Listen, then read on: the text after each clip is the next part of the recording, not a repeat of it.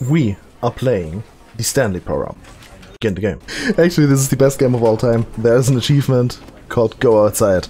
Don't play this game for 5 years. Touch some grass. I don't know why it would touch it. I'd actually rather smoke it, but alright. That was a joke. It is not legal in my country. Yet. The end is never the end. The end is never the end. The end is never the end. The end is loading. Oh, cool. Hi, Stanley. Stanley worked for a company in a big building where he was employee number 427. Employee number 427's job was simple. He sat at his desk in room 427 and he pushed buttons on a keyboard.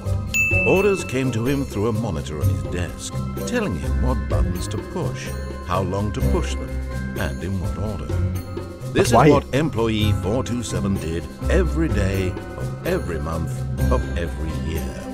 And although others might have considered it soul-rending, Stanley relished every moment that the orders came in, as though he had been made exactly for this job.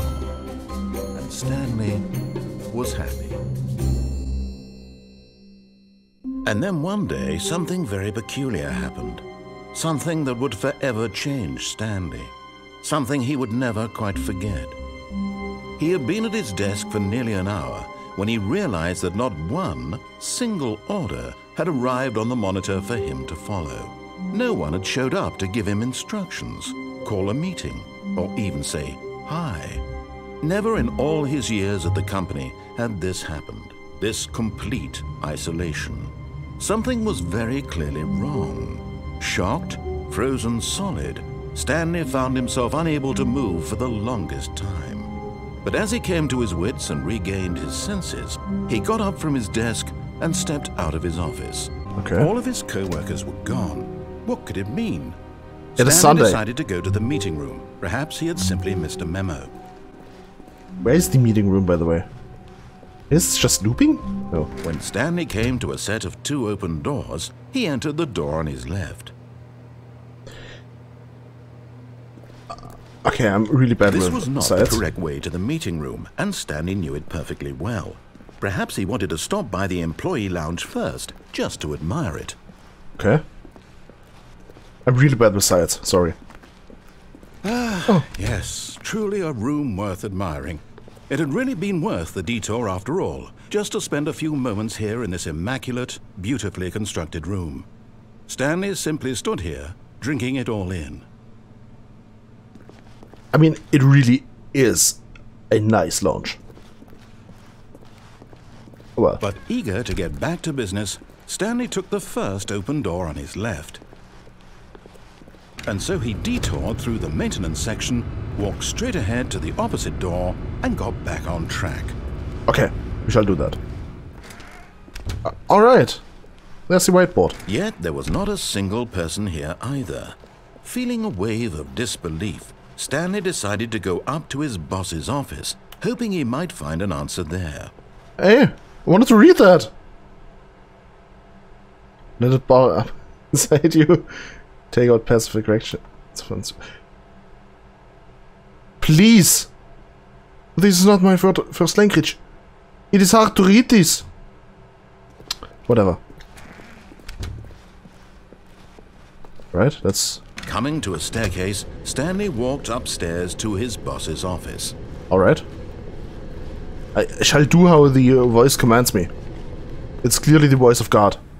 Or the deity of my choice, I guess. The mouse speed though? Oh, that's the bathroom? I mean, some people do work from the bathroom. Stepping into his manager's office, Stanley was once again stunned to discover not an indication of any human life. Shocked, unraveled, Stanley wondered in disbelief who orchestrated this. What dark secret was being held from him? What is this room? What he could room? not have known was that the keypad behind the boss's desk guarded the terrible truth that his boss had been keeping from him. And so the boss had assigned it an extra secret PIN number. 2845. But of course, Stanley couldn't possibly have known this. 2845. Yet incredibly, by simply pushing random buttons on the keypad, Stanley happened to input the correct code by sheer luck. Amazing. He stepped into the newly opened passageway. What is this? Is this SAP? Containment breach?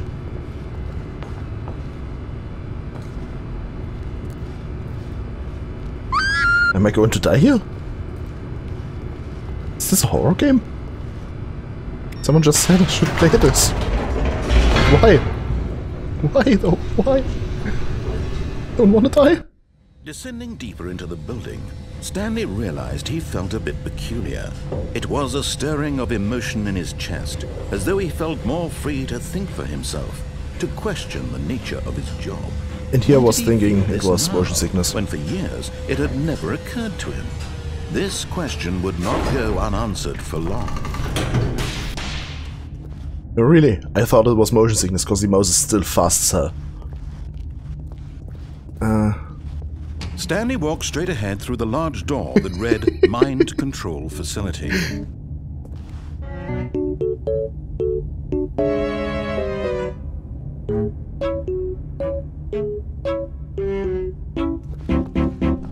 Run, boy! Although this passageway had the word escape written on it, the truth was that at the end of this hall, Stanley would meet his violent death. Oh, well, that is... Why am I getting goosebumps? The door behind him was not shut. Stanley still had every opportunity to turn around and get back on track. I made up my mind. I want to get out of here. At this point, Stanley was making a conscious, concerted effort to walk forward and willingly confront his death. Why is this so dark?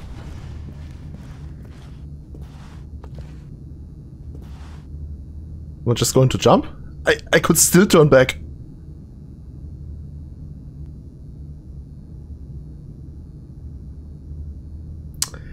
I mean, mind control, imminent doom. Mind control.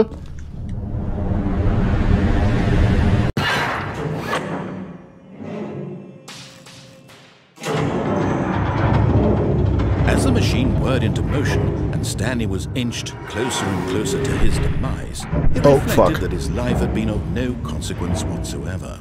Stanley can't see the bigger picture. He doesn't know the real story, trapped forever in his narrow vision of what this world is. Perhaps his death was of no great loss, like plucking the eyeballs from a blind man. So he resigned and willingly accepted this violent end to his brief and shallow life. Farewell, Stanley. I might have fucked up here. Farewell, Stanley, cried the narrator, as Stanley was led helplessly into the enormous metal jaws. In a single visceral instant, Stanley was obliterated as the machine crushed every bone in his body, killing him instantly.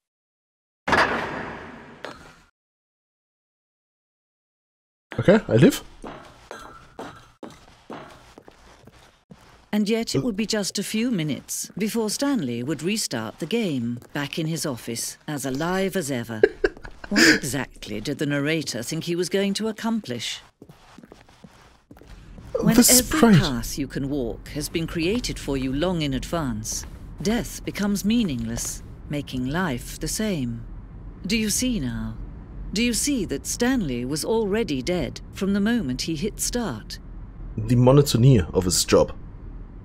Not thinking for himself, he is actually just a corpse walking. And since we did not take the path that was determined for us, we changed Stanley from being dead inside to actually being dead. In midst of all of that, he actually found a bit of free will. So this is what we shall strive for next time. Yeah? Why is it so hot? So hot in Germany. So we actually did find out that it is not Sunday. It is 11:20.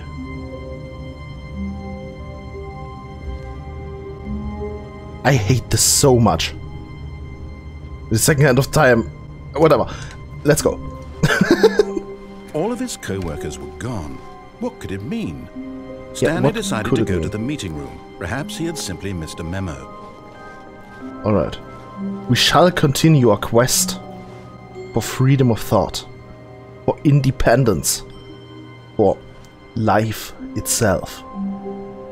Because a life dictated by others is no life. God, I'm getting philosophical right here. Amazing. When Stanley came to a set of 2 open doors, he entered the door on his left.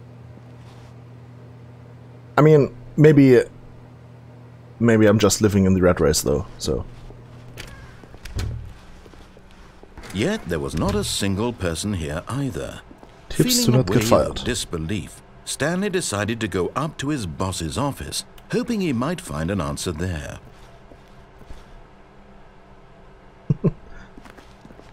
By the way, the boss's office, it is a freaking mansion.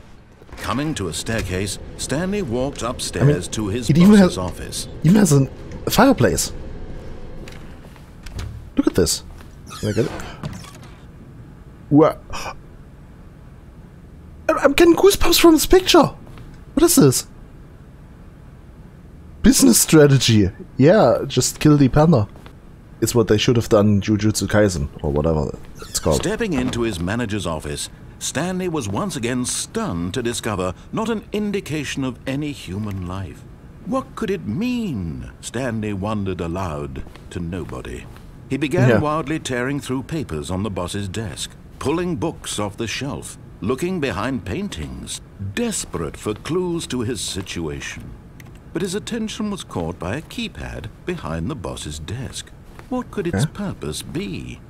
In fact, this keypad guarded the terrible secret that lay buried below his feet.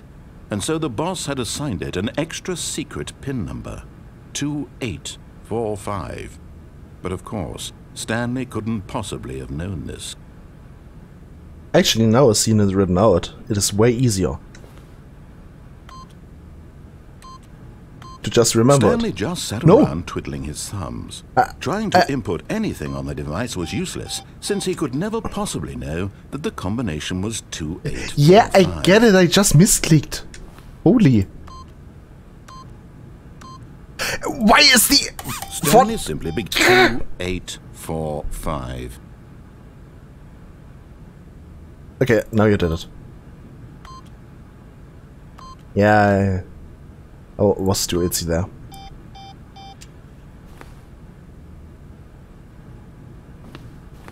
Forgot, but it turns out that the panel's emergency override kicked in, and the door just opened all by itself. And Stanley got the hell along with the story. Well, whoop-de-doo.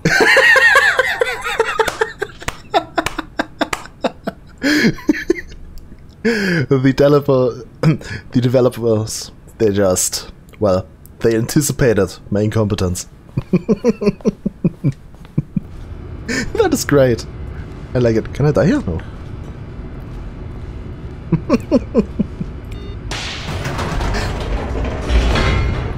I thought that was blood.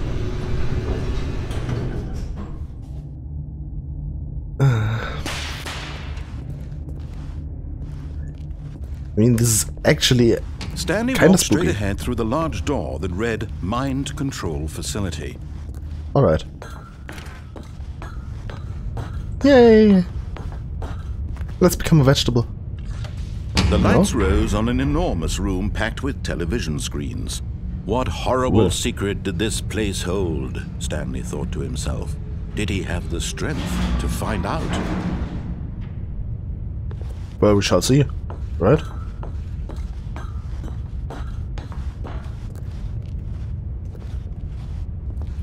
I cannot read shit.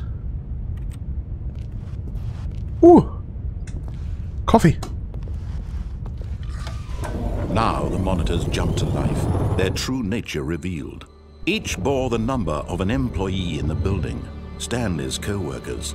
The lives of so many individuals reduced to images on a screen, and Stanley, one of them, eternally monitored in this place where freedom meant nothing. Yeah, I kinda got that already. It's actually one of my existential fears. Just be, well,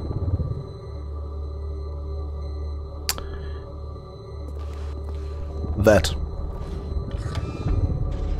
This mind control facility, it was too horrible to believe. It couldn't be true. Had Stanley really been under someone's control all this time? Was this the only reason he was happy with his boring job? That his emotions had been manipulated to accept it blindly? This is literally my room. I like that. Oh! Suicide booth? No. He refused to believe it. He couldn't accept it. His own life in someone else's control? Never! It was unthinkable. Wasn't it? Was it even possible? Had he truly spent his entire life utterly blind to the world? Probably, yes. But here was the proof. The heart of the operation. Controls labeled with emotions. Happy, or sad, or content. Walking, eating, working. All of it monitored and commanded from this very place. And as the cold reality of his past began to sink in, Stanley decided that this machinery would never again exert its terrible power over another human life. For he would dismantle the controls once and for all. And thus we actually realized that we were the boss all along. Or something like that, probably. Nope. Facility power.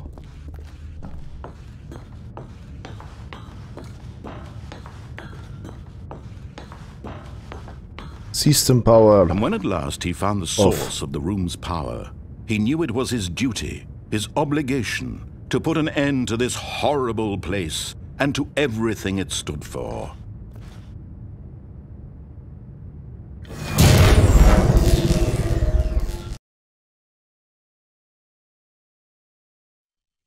And that did absolutely nothing. Because the inevitability of life governed by others is still there. And a rising chill of uncertainty. Was it over? Or was it just the beginning? Yes. He had won. He had defeated the machine. Unshackled himself from someone else's command. Freedom was mere moments away. And yet, even as the immense door slowly opened, Stanley reflected on how many puzzles still lay unsolved. Where had his co-workers gone? How had he been freed from the machine's grasp? What other mysteries did this strange building hold? But as sunlight streamed into the chamber, he realized none of this mattered to him. For it was not knowledge or even power that he had been seeking, but happiness. Perhaps his goal had not been to understand, but to let go. No longer would anyone tell him where to go, what to do, or how to feel. Whatever life he lives, it will be his. And that was all he needed to know. It was perhaps the only thing worth knowing. Stanley stepped through the open door. No, I got my freedom. I didn't get my freedom. This looks so fake. Something's wrong here. I can feel it. Stanley felt the cool breeze upon his skin, the feeling of liberation, the immense possibility of the new path before him. This was exactly the way, right now, that things were meant to happen. And Stanley was happy. This is actually fucking deep. I mean, now he's happy, but in the beginning he was happy too. And the narrator actually said, this is how things were meant to be. You know? How things were meant to be. Things were also meant to be like this. That is an interesting game. Interesting concept. Can I actually take the telephone? No, I cannot. Alright. Now, we shall get our free will back. I just had to all of his see this story. Gone. What could it mean? Stanley decided to go to the meeting room. Perhaps he had simply missed a memo. I shall not. God, I hate this mouse speed. When Stanley came to a set of 2 open doors, this was not the correct way to the meeting room, and Stanley knew it perfectly well. Perhaps he wanted to stop by the employee lounge first, just to admire it. True. I shall just fuck with the narrator as much as possible. Wow. Yes. This room. What a beautiful room. What a gorgeous, gorgeous room. Thank goodness Stanley had taken this detour on his way to the meeting room. Life without having experienced this room was now too horrible even to consider. True. True, he sounds kinda annoyed though. So I should probably not do what he says. Eager to get back to business, Stanley took the first open door on his left. Alright. I cannot. I cannot. Left. Okay. Stanley was so bad at following directions, it's incredible he wasn't fired years ago. True.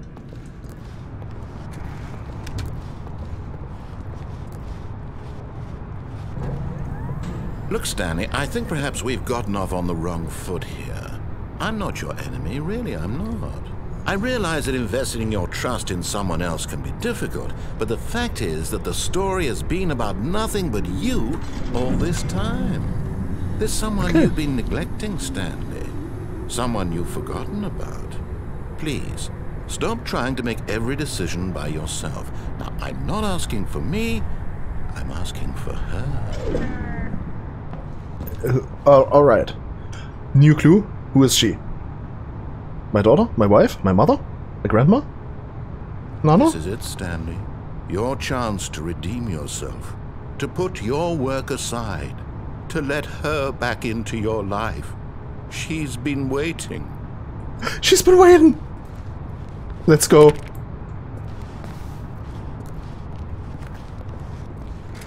Who's he talking about, though? Why is that the dog? That's her, Stanley. You need to be the one to do this. To reach out to her. If you can truly place your faith in another, then pick up the phone.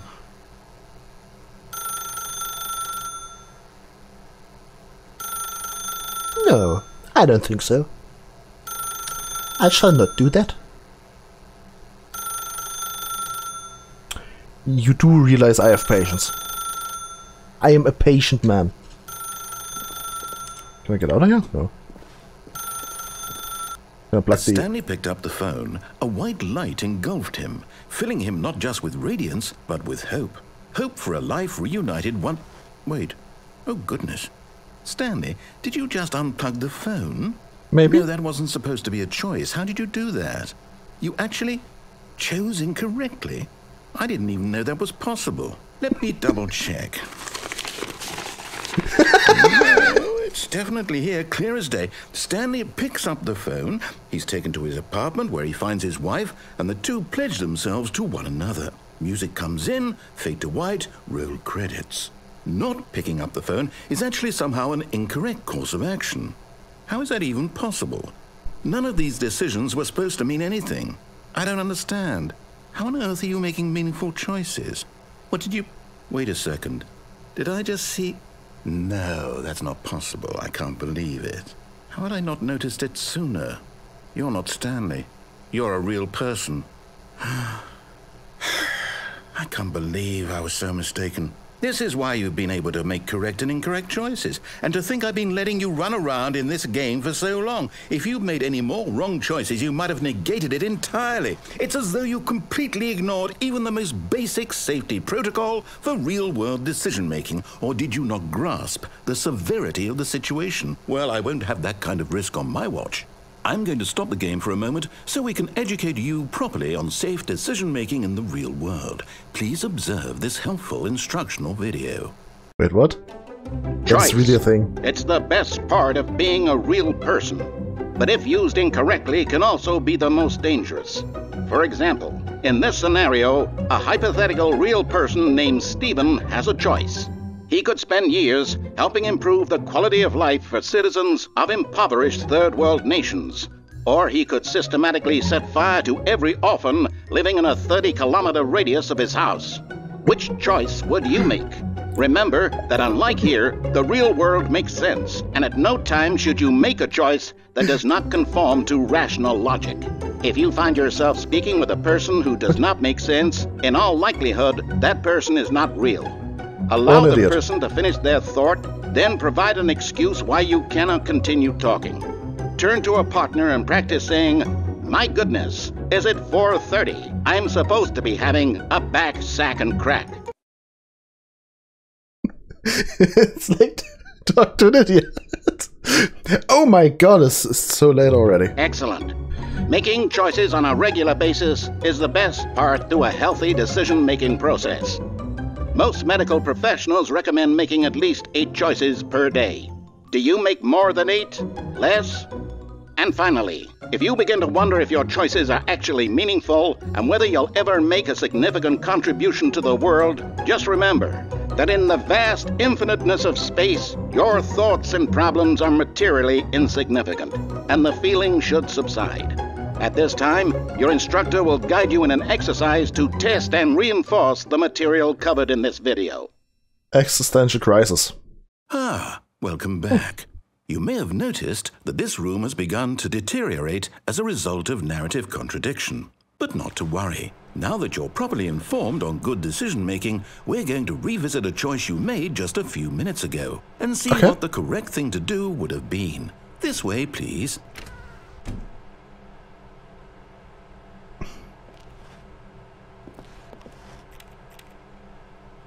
No.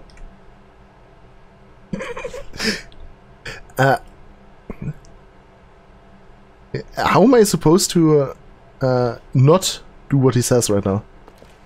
Okay, I think I gotta do that. Okay. Do I have to go back?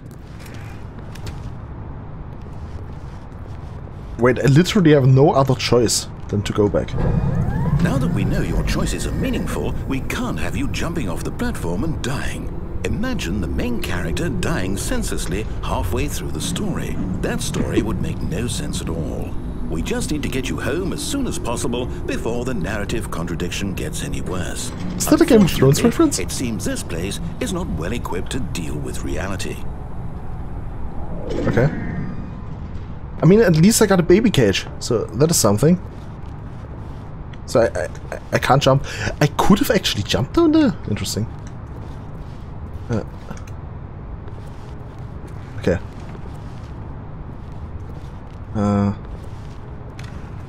So now it's literally impossible for me to, well, refuse what he says.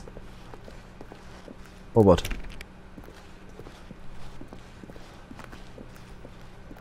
I literally can't refuse what he does. You'll take the door on the left, back to the correct ending, the story will have resolution once again, and you'll be home free in the real world. Okay. I literally have no choice. I'm literally steered to do what he says. So, yeah. Now remember, all you need to do is behave exactly as Stanley would. That means choosing responsibly and always putting the story first. I'm quite sure you'll be up to the task. Just follow my lead and you'll be fine. All right. When Stanley came to a set of 2 open doors, he entered the door on his left.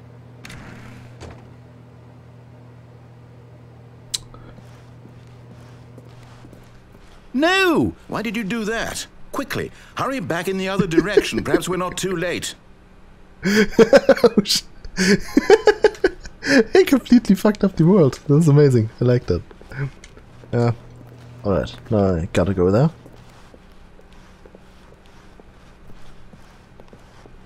Okay, there's the meeting room. Oh, whoops, shit. Ruined. I can't believe, after everything we talked about, that my story, you've destroyed my work. Why? For what? What did you get out of that? What did you think was so special about seeing the game undone, left here like so much garbage? It's worthless now. And what am I supposed to do? Even if there were a way to continue, would it be worth it? To know that my story is now incorrect? How can I go back to that? I can't erase that knowledge. I'll have to live with it forever, reliving its impossibility forever. I couldn't live that way. Is it better to shut the game down entirely? To willingly destroy all of my work? I don't know. What's the answer? What do I do? What do I do? What do I... No, I have to. I have to shut the game down. I have to. I have to. Everything is okay, though. Friend, everything is okay. Oh. Okay, my insubordination just caused the narrator to, well, commit honorable Sudoku, I guess. Now... Oh, I'm here. I'm still yes, here. You are. Here in this pile of rubbish. With you. You, who thought you were so clever. Now look where we are. My entire game is destroyed. It was the only thing in the world that was mine, and you've run it into the ground. What, did you think that would be funny? You just had to see? Didn't I impress upon you how important it was to be like Stanley? He actually knows how to do what I tell him to. He understands that if I say to do something, there's a damn good reason for it. That thought hadn't even occurred to you, had it? That there's a world outside of you? You're a child. I am. Oh, my story. If you'd just gone through the door on the left, you would have seen it. There was a whole underground facility. You would have destroyed it and been victorious. It would have been so perfect. I worked so hard on it. I tried so hard. Behave exactly as Stanley would. That means choosing responsibly and always putting the story first. I'm quite sure you'll be up to the task. Just follow my lead and you'll be fine. All right. When Stanley came to a set of 2 open doors, he entered the door on his left. For some reason, I really do feel sad for the narrator. But he is actually probably the boss of the story. And the real ending is not a real ending, but just, well, a limbo-like state for Stanley. And like I said, I'm really bad with directions. No! Why did you do that? Quickly, hurry.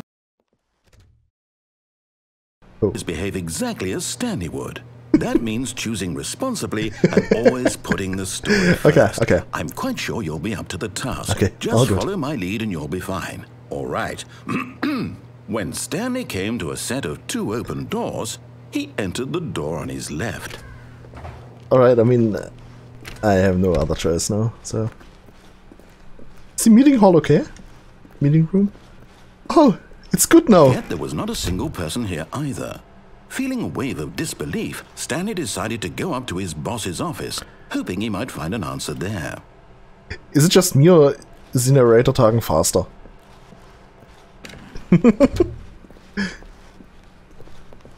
Coming to a staircase, Stanley walked upstairs to his boss's office. The possibility was taken from me! There was a choice! A choice I could have made! But that choice is gone now! The bathroom sign! It is gone! Wait, I could have gone in there, probably. I can't go in there, too! Something's different here. Inside his manager's office, Stanley was once again stunned to discover not an indication of any human life. Shocked, unraveled, Stanley wondered in disbelief who orchestrated this, until he saw the door with a voice receiver next to it. Surely behind this door lay all the answers to his questions. And beyond all probability, he knew the passcode. He had seen it on his boss's computer just last week. Nightshark 115. Was this the code to open the door? Would it still work? There was only one way to find out. Stanley had been trained never to speak up, but now he would draw from within himself the courage to face the unknown. He drew a sharp breath and then spoke the code. Wait, do I have to speak?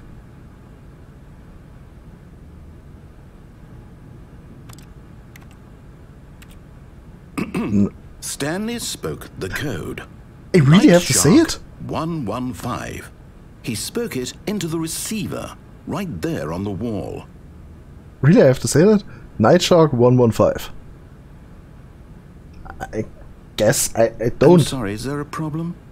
You didn't mishear me, did you? Please speak the code into the receiver. Otherwise we can't get on with the story. This is a crucial step. Alright, you're getting on my nerves, dude. No? Okay, fine. You're not gonna do it, but you No? know what? It's pretty humiliating to bring you this far, only for you to suddenly decide you have better things to do. I asked you for this one single thing, for your respect. The kind of respect Stanley shows for his choices. He knows what it means to take a story seriously. Yeah, he doesn't have choices. If you didn't want to see what I had to show you, then why did you come here? You had a choice, you know. You could have gone through the door on the right. You could have done whatever the hell you wanted over there. Why did you come this way? Speak. Say something to me. Explain yourself, you coward. I mean, I tried to, actually. Through a set of 2 open doors, he entered the door on his left. Wait, what? Stanley? Hello? Are you... Is everything okay? Stanley, please. I need... Oh, he's got the nose. Wait, what? The end? The door. Are you listening No. to me? Can you hear me? Is everything all right? Stanley, this is important. The story needs you. It needs you. But I did try to speak it. It cannot exist without you. Do you understand me? Whatever choice you make is just fine. They're both correct. You cannot be wrong here. We can work together. I'll accept whatever you do. But you did actually take that step forward. Take all choices from me. Choose. And all possibility. Something. Anything. This is more important than you can ever know. I need this. The story needs it. So, you hear me? Are you there? Are you listening to this? Stanley, are you there? I believe I just drove the narrator insane. It's okay, I can wait. You need time to decide. Time to make sure your choice is correct. That is the best choice. That's all right. I'll wait for you to decide what's the right thing to do. Take as much time as you need. So I did drive the narrator insane. I did take my possibility back to me by driving the narrator insane, who's probably the god of this game, or the boss, or the Hancho, or whatever. Anyways, I was Dust. Well, actually, I'm still Dust. And over there, you see a video that is especially made for you. Probably, maybe. I don't know. It will be fun. I put a lot of work into it. And I will see you guys next time. I just drove him insane.